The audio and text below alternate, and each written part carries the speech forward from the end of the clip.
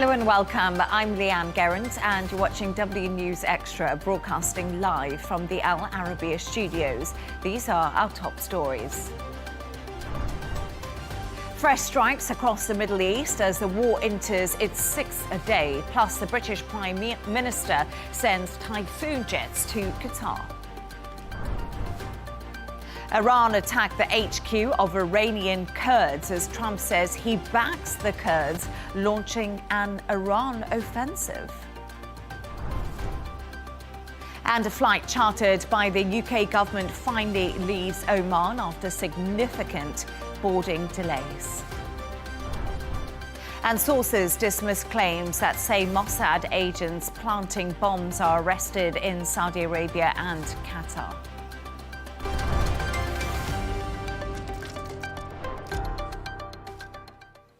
Now, on the sixth day of the war, Israel has launched missiles at Tehran and Hezbollah targets in Beirut as Iran continues to strike US interests in the Middle East. A US oil tanker has also reportedly been struck.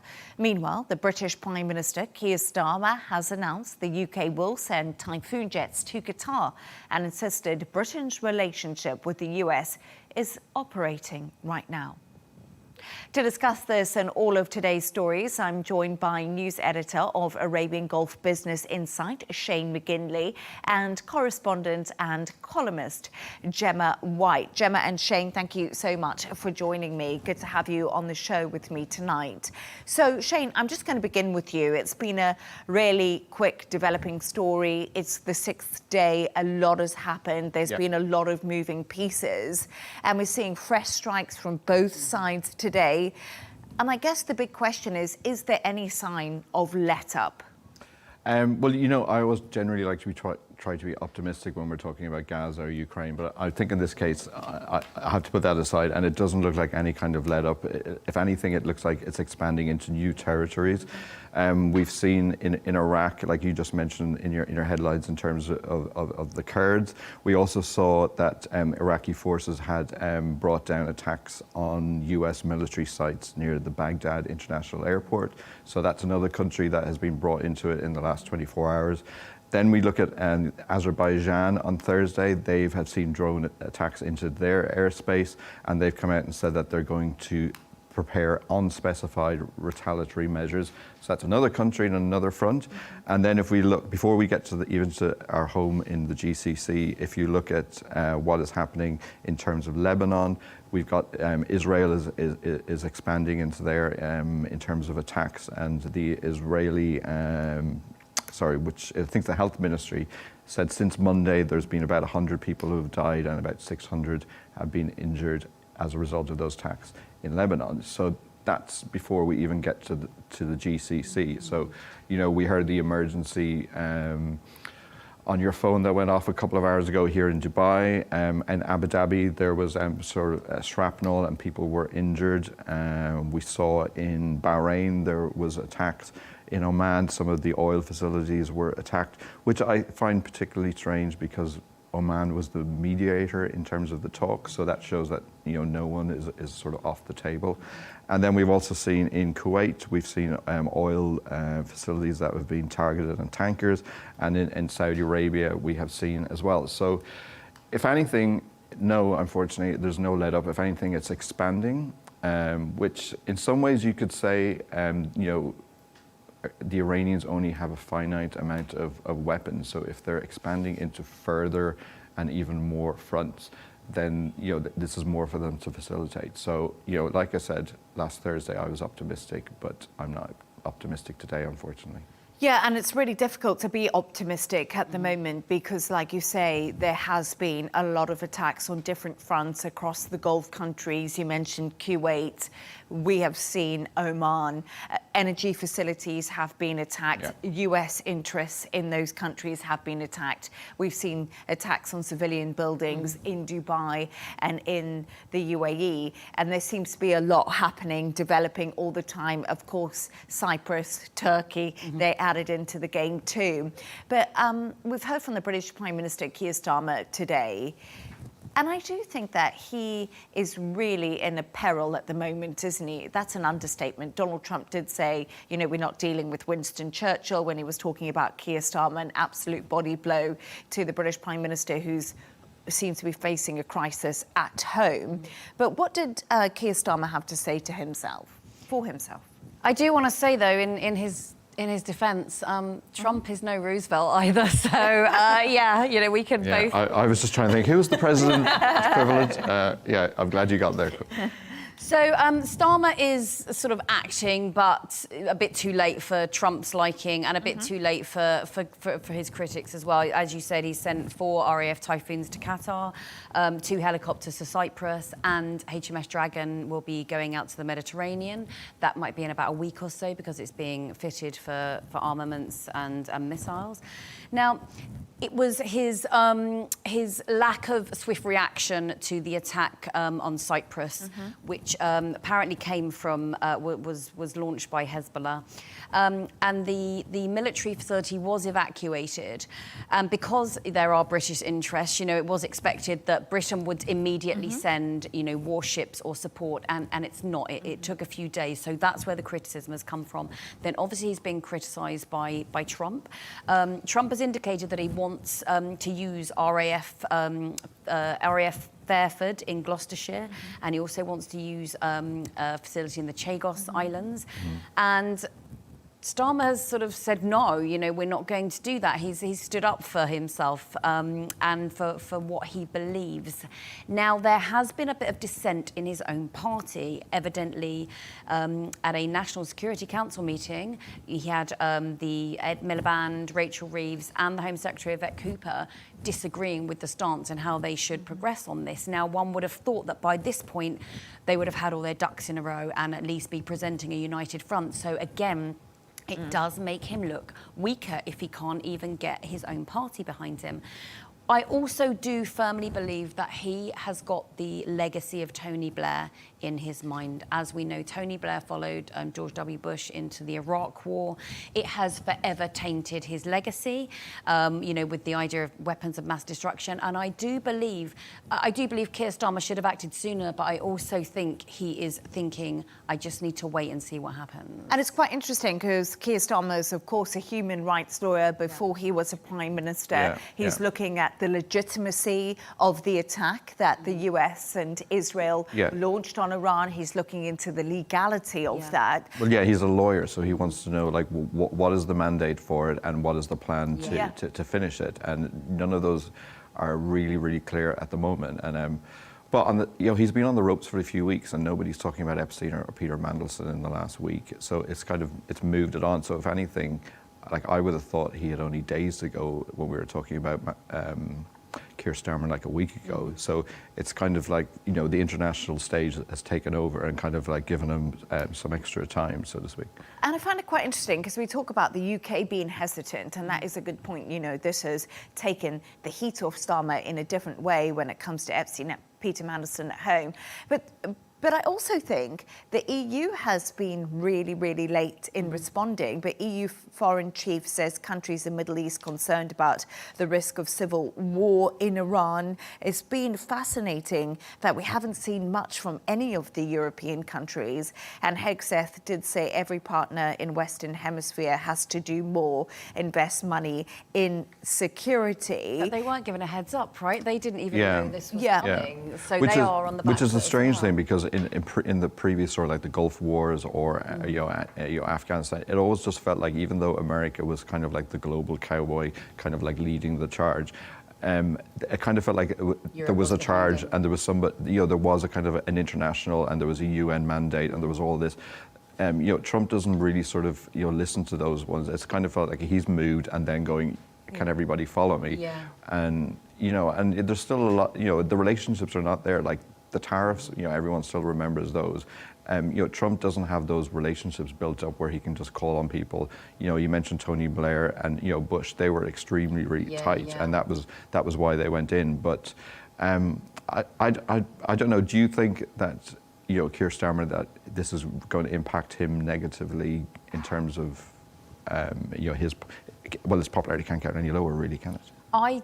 I do wonder, though, if it would impact him negatively further if he takes the UK into a war that people think this isn't anything to do with us. But we're going to get on to another story a little bit later on, and we talk about the UK there and these repatriation flights. And I think a lot of people think that the way that the UK and Keir Starmer has dealt with this, it's been a little bit of sideshow Bob going on here. Like, it hasn't been a coordinated response at all. No, it hasn't felt coordinated. And I wonder if that looks good for people at home.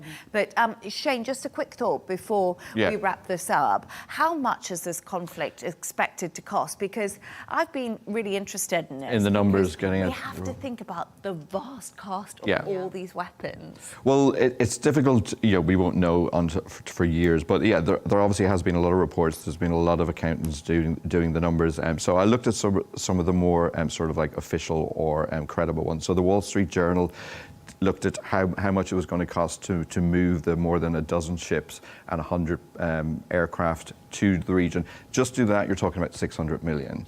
So, and that's before you've even started last Saturday. So then, if you're looking at the actual fighting of the war, you're talking about like 2 billion a day at the start, and then as it goes on, you're talking maybe down to 1 billion, and it does kind of decrease as the days go on. So to give you an example, so a Tomahawk cruise missile, every time one of those goes up, that's $2 million. Every time an F-35 fighter is flying through the sky, every hour, that's $36,000. But to put it into context, the entire budget of the Pentagon is 840 billion roundabout. Let's round it to $1 trillion because, in Trumpian terms. So that there is a lot of money, but we're talking like the billions. And if you look at like one of my colleagues over at AGBI, we looked at how much the UA is having to spend. So, luckily when we hear the boom noises that you hear, that is the interceptors that are working, and we're all glad that they are working. But each one of those, you're talking millions every time one goes up. And if you look at the numbers of missiles and drones that have hit the UAE across, you're talking like about 1 million a day, and then that's just the UAE. If you look at Bahrain, Kuwait, Oman, all of the interceptors. So we're talking billions and billions every day on both sides. It sort of something rings in my mind when I hear this, because Donald Trump has really pushed those European countries to spend more on defence, and we're just in a situation where we hear fighter jets all the time. How important defence spending is, because when you're talking about those sorts of numbers. But thank you so much. I'm actually going to bring you some breaking news now, and Kirsty Noem, the head of Homeland Security, has been fired after the Minnesota ICE criticism she faced.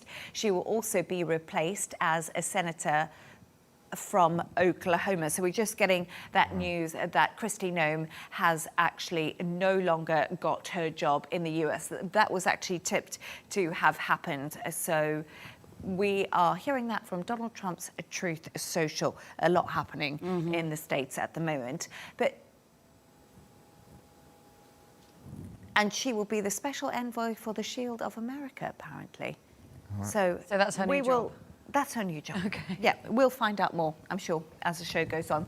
But now Al Arabiya English has learned from its sources that claims alleging that Saudi Arabia and Qatar had arrested Mossad agents planting bombs in Gulf countries are baseless and also untrue. The claims began circulating widely after US journalist and broadcaster Tucker Carlson said the two Gulf neighbors had arrested Israeli Mossad agents planning bombings in those countries. This prompted the Qatari Foreign Ministry to strongly deny it. More details with Catalina Marchand de Aubray. Have you seen a clip claiming Mossad agents were arrested in Qatar and Saudi Arabia for planning bombings? It's been shared a lot online, but here's the real story. Tucker Carlson posted a video saying authorities in Qatar and Saudi Arabia arrested Israeli intelligence agents planning attacks. But the official response from Qatar's foreign ministry contradicts that. They've said they have no information about Mossad cells or arrests related to such a plot. In fact, Qatar has recently been a source of misinformation in the context of the Iran war. Qatar rejected a report by the Jerusalem Post claiming the Gulf state launched attacks inside Iran. Spokesperson Majed Al-Ansari stated on X, Qatar has not been part of the campaign targeting Iran, and emphasized that Doha is exercising our right to self-defense and deterring Iranian attacks.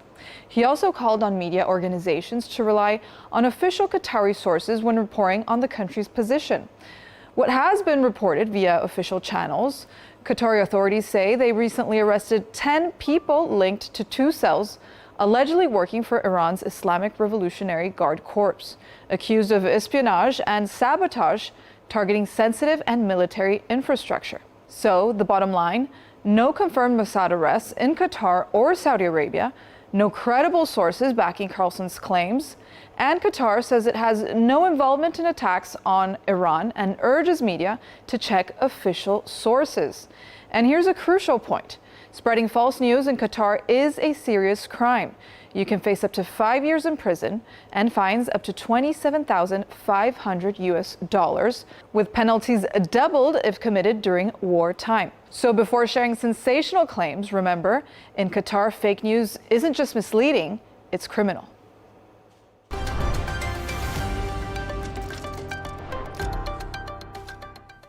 Now, Iran's military says they have targeted the HQ of Iranian Kurdish forces in northern Iraq.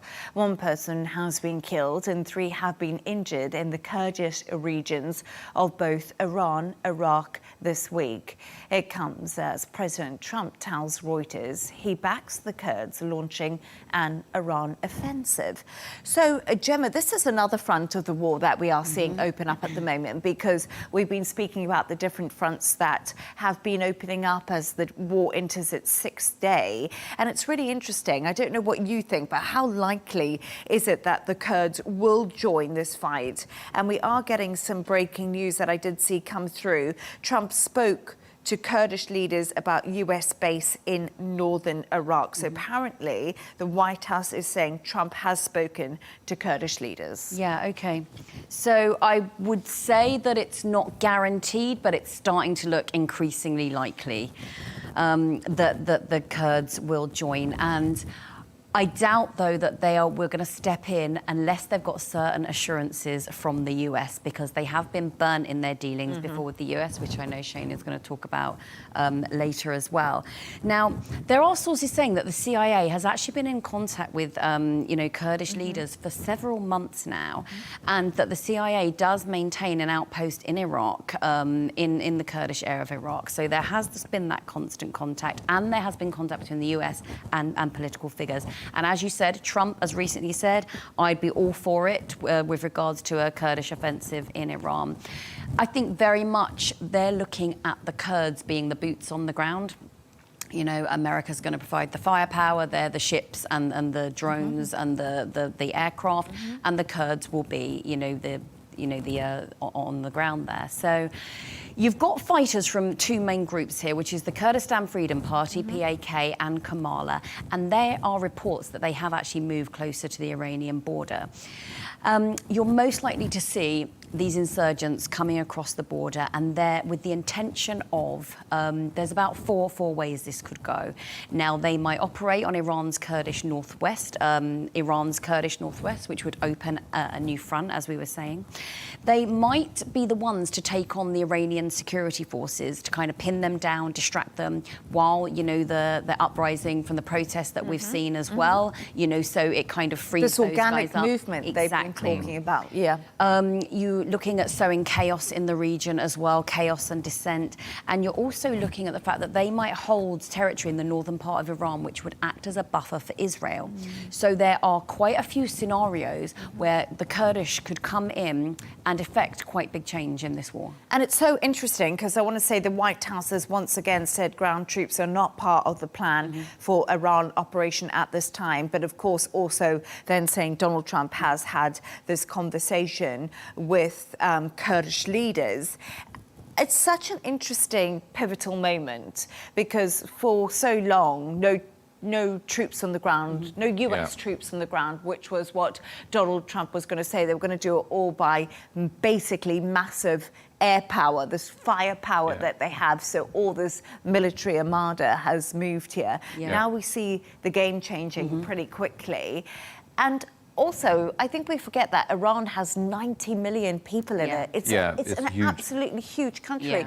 And loads of different political and religious factions too. And we need to bear this in mind as we see these different elements coming involved. But Shane, I think Gemma sort of alluded to there, you know, do the Kurds have enough trust in the US because of Syria? There's been a whole lot of things. That is the big question, and you know, it's a long, complicated history, which you know we don't have time tonight to go into. But obviously, Tehran sees this section as militants and separatists, and this has been a preemptive attack to try and reduce it, which will obviously probably just escalate them in terms of their sort of might to want to take action. But if we go back to sort of in some of the history, so the Kurds were involved in Iraq and Syria, like you said, and they were fighting the Islamic State, which was back in 2014 for about 5 years. And then, as you said, then in Syria, when the US pulled out, they felt completely abandoned and kind of left.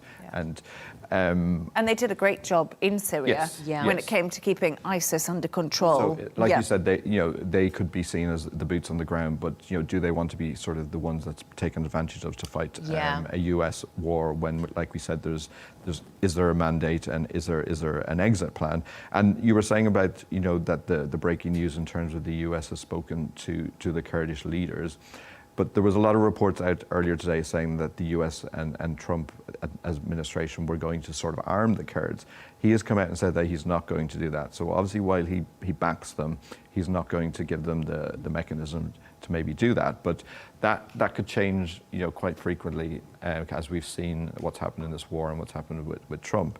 But I think if you come back to it, yes, I think the Kurds have a good reason to be skeptical. But if the fronts are opening up more and Tehran is directly attacking them, then again, my optimism is running a bit low, and I think it's probably likely that they will enter as well. And because they have there's a well-known Kurdish sort of motto or phrase saying "no friends but the mountains," which is quite tragic in some ways, and it's come about because they're so used to being abandoned by world superpowers. So. Yeah, it's just another point on the map where there's aggression that we're seeing in the region at the moment. And I find it interesting because Donald Trump has actually been doing an interview today, and that was with Reuters. He did a telephone interview. He said that he backs the Kurds launching an Iran offensive. I think it's wonderful that they want to do that. He said, "I'll be all for it." When asked if the United States would provide or had offered air convoy for any Kurdish offensive, Trump said, "I can't tell you that." So you must remember that we're in a war at the moment. So we actually don't know how everything is happening behind diplomatic channels and in the shadows of war. I think that remains unclear, but this is definitely something that will be interesting to see. So thank you so much for your thoughts of that. Now we're going to move on to another story, and the US House of Representatives is voting on whether to block President Trump from taking further military action against Iran without the support of Congress. On Wednesday night, the Senate rejected limiting Trump's power to wage war as strikes continue. The vote comes amid concerns that the US could now be embroiled in another Middle East war. We saw that vote last night. I kind of feel like these votes are symbolic more than the fact that they're actually going to make a difference. And that's something that I think people at home also need to understand. It's more of a symbolic vote in many respects. It's they can't really do anything. No, it's political theatre on behalf of the Democrats, and they want to be just seen to be making a stand. Like, it's just quite simple. Like, if you look at the numbers, like you said, the Senate, the Republicans have 53 seats, the Democrats have 47. So I don't think many of them are going to change the side. I think there was one senator on the Republican side that switched before. So if you look at the House of Representatives, Republicans 220 seats, Democrats 215. So they have the sway. So this is not really going to go anywhere. It's all political theatre. And maybe if some of the Republicans did go to the side, then the next move is it goes to President Trump, and he's got a presidential veto on it. And then if the House wants to then overturn that presidential veto, it needs 2/3 of the numbers. So they don't even have that at the start. So this is all just part of the divisive theatre that we're seeing in American politics. But I must also just mention something. We say it's political theatre, but it's also the bedrock of democracy. Oh yeah, yeah, Have these completely. process- Yeah, you know, exactly. like- I'm not saying it shouldn't happen. Yeah, no, but I agree with what yeah. you're saying. But I think sometimes we forget, right, that we've actually got processes in a democracy that Yeah. make it that way. Yeah, it's like they just want to make their point that they don't agree with this and that it shouldn't happen in terms of this war, and the vote won't happen. But I think they're also tapping into the public poll, which is more important, which I know you've been looking into quite a lot. And I think Trump is not winning the public vote in terms of this. And the elections in the midterms are coming up in November, which people will remember the scenes. Well, hopefully people have got short memories, unfortunately, at the moment. But I know you've been looking into the public polls of whether Trump has support on this or not. Yeah. It's, I mean, the majority of Americans oppose the war from all these polls which have come out. You've got polls from Reuters, CNN, and Washington Post. So the Washington Post found 52% oppose, CNN 59% disapprove, and then Reuters found only 27% support. So it's quite overwhelming. And I do actually think the crux of this is that Americans don't know what this war is about. And I think that is such a great point. I really do, Gemma, because so many conversations that I've heard people saying, the main question about this US-Israeli war in Iran is why. Yeah. Yeah, So that's exactly. perfect. Like Yeah. we were here last week, and I was saying that I would prefer to see the regime change if it was to happen internally. And like we've seen the protests, and Trump said he would support the domestic uprising. And I was thinking it would make more sense for the regime change to come internally, because then it would have a mandate and it would be legitimate. And I did say last week that I didn't think there was a legitimate reason to invade Iran. Like, why did we do it today? Why didn't we do it 6 months ago? The timing before? of it. So we don't. Yeah. We obviously don't know. There was some sort of intelligence that sort of led to this over the weekend. But they are the two big questions that we've been going on about all night. Is like, what is the mandate for entering and starting this war in Iran, and what is the exit strategy? And we won't know either of those for years to come, probably. And Gemma, do you think that right now, if Donald Trump was able to tell the people why the war started, he could possibly sell it to them and get more support? Well, it is about selling. We were sold the Iraq war on weapons of mass destruction. It was a very clear reason, and it was only one reason. The waters weren't muddied with lots of other things. So, yeah, I do believe, because you want to unite people behind one thing. Now, what Trump is going to be battling at home is escalation. The longer this goes on, the greater the fear grows. We've already had 6 US servicemen and women who have been killed already. You're got rising oil prices. The second that gas goes up at the gas station in the US, and they're filling up their trucks, and they've got less money in their pocket at the end of the week, that is a huge thing for Americans. Now, public opinion in America has been a real driving force when it comes to ending or affecting a lot of the wars they've been involved in. And I do wonder, I remember in the Iraq war when these pictures were leaked, you saw all the coffins with the American flags over them, absolutely horrific images. And that was a pivotal turning point in public support for the war. Now, you've also got elections. Yeah, so Trump's got another 3 years. Who knows how long this can drag on for? But I do remember Obama coming in on a platform of he's going to withdraw from, Afghanistan, and that was one of his platforms as well. So has Trump also handed the Democrats quite a big platform? And it's one of those things that we're going to have to wait to watch to see, because Donald Trump has been the president who said no more forever wars. Historical tweets have come out saying that because Barack Obama had such bad poll numbers, he's going to start a war in Iran, which never happened. There's so many different theories. And his inauguration, was it the great peacemaker that he called himself, I think, in the inauguration? Unifier and peacemaker. And, and he was chasing the Nobel Peace Prize at one point. But politicians are allowed to change their mind. That is something that they are allowed to do. But let's wait to see what happens here. Thank you for your thoughts on that. Now, a flight chartered by the UK government has left Oman today after significant delays on Wednesday night with boarding. It's believed around 300,000 British citizens have been affected by the ongoing conflict in the Middle East. I don't know, Gemma. As far as evacuations go, it's a bit of a doozy, this one. Yeah, it's a bit bad, isn't it? It's all been a little bit of a comedy show, but not for those people who want to get home. No, obviously. It's been a little bit of a comedy show from the British government, a bit of just what happened on Wednesday night, because people were on the runway, ready to go, and nothing. And nothing. So yeah, this was a flight chartered by the UK government. It was to bring back, they say vulnerable Britons, so people, I'm assuming maybe people with young children, you know, people who have been stranded, that kind of thing. And it was meant to leave Muscat, Oman's capital, on Wednesday, but it just stayed grounded. Now, the Home Office Minister, Alex Norris, he said it didn't take off because of operational reasons, getting passengers on board.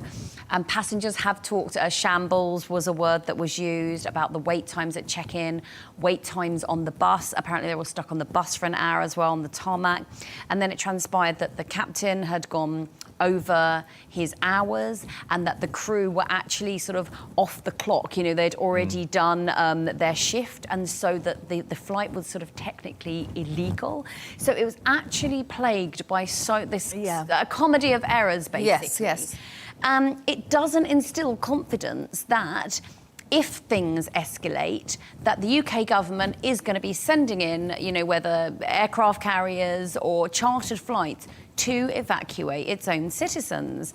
And a further 7 flights are supposed to leave. I think you said that one left the UAE today. Yes. Yeah, As far as I'm aware, one has left. So 7 flights were earmarked for Thursday. Starmer has said that more than 4,000 people Brits have arrived back in the UK. You've got 130,000 Britons who have registered with the Foreign Office. Now, that's not an intention to leave. It's just saying, hey, we're here in the region and we want you to be aware of that. But it doesn't instill confidence.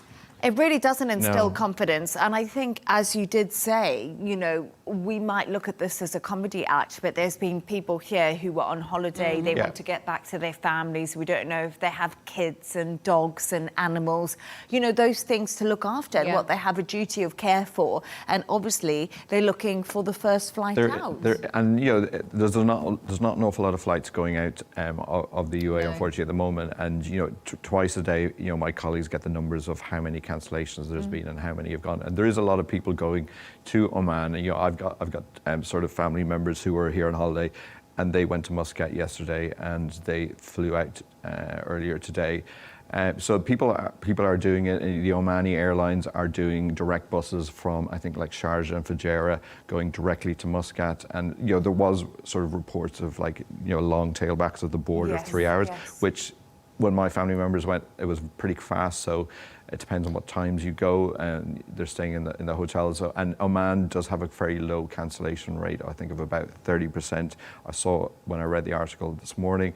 So I think Oman definitely seems to be sort of the corridor for people who are looking to go out. You know, in terms of my country in Ireland, they're flying people out. There was, you know. So yeah, and it's good, like, because if you're over here on a tourist, it is very, you know, very worrying if you come on holiday for, you know, to lounge and get some winter sun, and then, you know, all of these sort of missiles and drones that you're seeing in the images. So I can see why people want to get out pretty quickly. And, you know, if it means then you have to drive 12 hours to Muscat to do it, then that's what people are doing. And that's exactly right. But hopefully now the British government can get more of those flights out and see how that goes. And I also heard the US is doing a similar thing now. They're going to be start chartering flights to do repatriations home. But it's a huge undertaking for the government, because we're just talking about the figures there. It's thousands and thousands. I was hearing this will be one of the UK's biggest ever repatriation missions in modern times. I think the thing is that a lot of the numbers that are being used is the number of people that have registered with the embassies. But, like, you know, my wife is British, I'm Irish. We've registered registered with the our embassies, but that doesn't mean we're getting on a flight to go out. So I think some of the reporting of that, there's 250,000 Brits that are fleeing Dubai, and there's I don't know, thousands of Irish people. I think that's just people who've registered because you want to get information from your embassy. So I think, some of it has been a little bit overinflated in terms of what is happening. But yeah, people are now starting to fly out, and I think that's good. But I think it's a few more days before the Emirates ramps up to full capacity last week. Yeah. Thank you so much for your thoughts on that. Now, it's that time of the show where Gemma and Shane have chosen 2 of their quirkiest stories of the day. And Shane, yours is all about, I can't find my notes, comedy. But it's all about comedy. Dubai comedy. Yes. So when I moved here nearly 20 years ago, you must know the Laughter Factory as well. It's iconic, and Gail, who runs it, is a legendary figure across all of Dubai. So I was delighted to see that the shows are going ahead from Friday, and they're going into next week. And there's a lot of big names that have played on the Laughter Factory over the years. Michael McIntyre, Dara O'Brien, to name just a few. I love Dara. Yeah, exactly. It's really funny. And he's playing, huge arenas now and stuff. So he played there, and there's a whole long list of famous names. But yeah, it's restarting again. But what I thought was really nice, I spoke to Gail earlier today, and she was saying, and I was saying well, what comedians are going to come out to play on Friday. But 2 years ago, she set up an academy to train the next sort of level of startup comedians, from organically within Dubai. And these are now all playing, and they've already been doing it for a couple of years. So it's kind of good that that this is kind of what's happening. And the reason she had to do that is because the cost of flying sort of comedians from, say, Manchester, London, Toronto was so expensive, and hotels in Dubai were so expensive. So if you go, it'll be local comedians. So I would say go and support them. And if you can't laugh now, when can you laugh, really? That is so true. And also, it's nice to have homegrown talent. Yeah. And a comedy club is something that's a little bit lighter, isn't it? Lighten the mood. And yours is about, Gemma, I love your story because it's about Jim Carrey and a conspiracy theory. But just before you get into it, we were talking about this earlier. And in my whole life, I've never written a fan letter to anyone except Jim Carrey. Okay. And I was a young child, well, I wasn't really that young, maybe 8, and I lived in Botswana, Salibi Pikwi, and I don't know if we actually had post, but I remember being absolutely insistent that I was going to find an address for Jim Carrey. I think I went through every magazine that ever existed, and he never wrote back to me. Terrible. This is your chance to air your grievances. I know. As I say, what was it about the millionaire Jim Carrey that attracted you? No, I didn't fancy him. I just loved how funny he was. You remember all the films he did? Dumb and Dumber, Ace Ventura. I still laugh at Ace Ventura. It's amazing. It's still hilarious. It's never not funny. I know, but let's talk about what's gone so wrong What's going on? What's he doing? Well, Jim Carrey here, he's at the Caesars, which, as we know, is like the French Oscars. It's a big awards show, and he was being honoured for all the unforgettable characters that he's created over the years. But what was unforgettable here was how different Jim Carrey now looks. Now, this has started quite an array of quite entertaining conspiracy theories online, but the main one is that that's not Jim Carrey. Yeah. That he sent an impersonator in his place. Now, Jim Carrey, or, Timu Jim Carrey. He also did his acceptance speech in French. Wow. Although I think if you were to ask a French person, they would disagree that, what he was doing was French. So, yeah, lots of conspiracy theories. Was this Jim Carrey? Because in the past, he has talked in interviews about sending out decoys. To attract the paparazzi, and he thought that was very funny to have decoys. The fact that he looks so different, which cosmetic surgeons have said could be the result of, he's had some treatments and there's swelling. But I like to think it's not Jim Carrey, and it's. Would you like to send a decoy to work sometime, though? I would like to send a letter to decoy Jim Carrey and see if he replies. Yeah. I must admit, I've just been looking at those pictures of Jim Carrey. Okay, I think people are being a little bit harsh. It does look like Jim Carrey. He does look like he's probably had a hair transplant. He looks like a face transplant. I wonder what you know, what he's done there. Is it? I'm not quite sure, but it is sad though when I look at pictures of celebrities as they get older, i.e. Jim Carrey. We've seen it so many time and time again. Yeah. They have such bodged cosmetic surgery. I know you've got that amount of money and you've got access to the best surgeons. Like, why can't you just get good surgery? Yeah. I know you mentioned what's the mother of the killer? Kris Jenner. Like, you know, that's quite amazing. I have to say.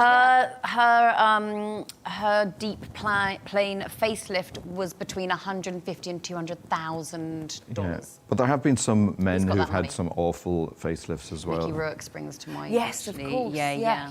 And Michael Jackson. This looks like I mean, I'm obviously not an expert. This looks like a chin surgery and jawline surgery has become a huge thing in Hollywood. You will see it whenever you look at sort of famous actors now. Yeah. You will see it. It's all along the jawline and it's the chin and also the cheekbones. It's very much lower face here. What we're seeing, yeah. Like Zac Efron vibes. But I must say one thing. I still love Jim Carrey. Yeah. I still think, you know what? I think it's him. I'd like to believe that he can speak French and he went there and he gave a great speech and, you know. Yeah. And that one day he will write back. Jim Carrey, right back to me. Thanks to our guests for today. News editor of Arabian Gold Business Insight, Shane McGinley, and correspondent and columnist Gemma White. And that's all from us on W News Extra. Don't forget to subscribe to our YouTube channel. Follow us on X, G&T. Coming up next, goodbye and thank you.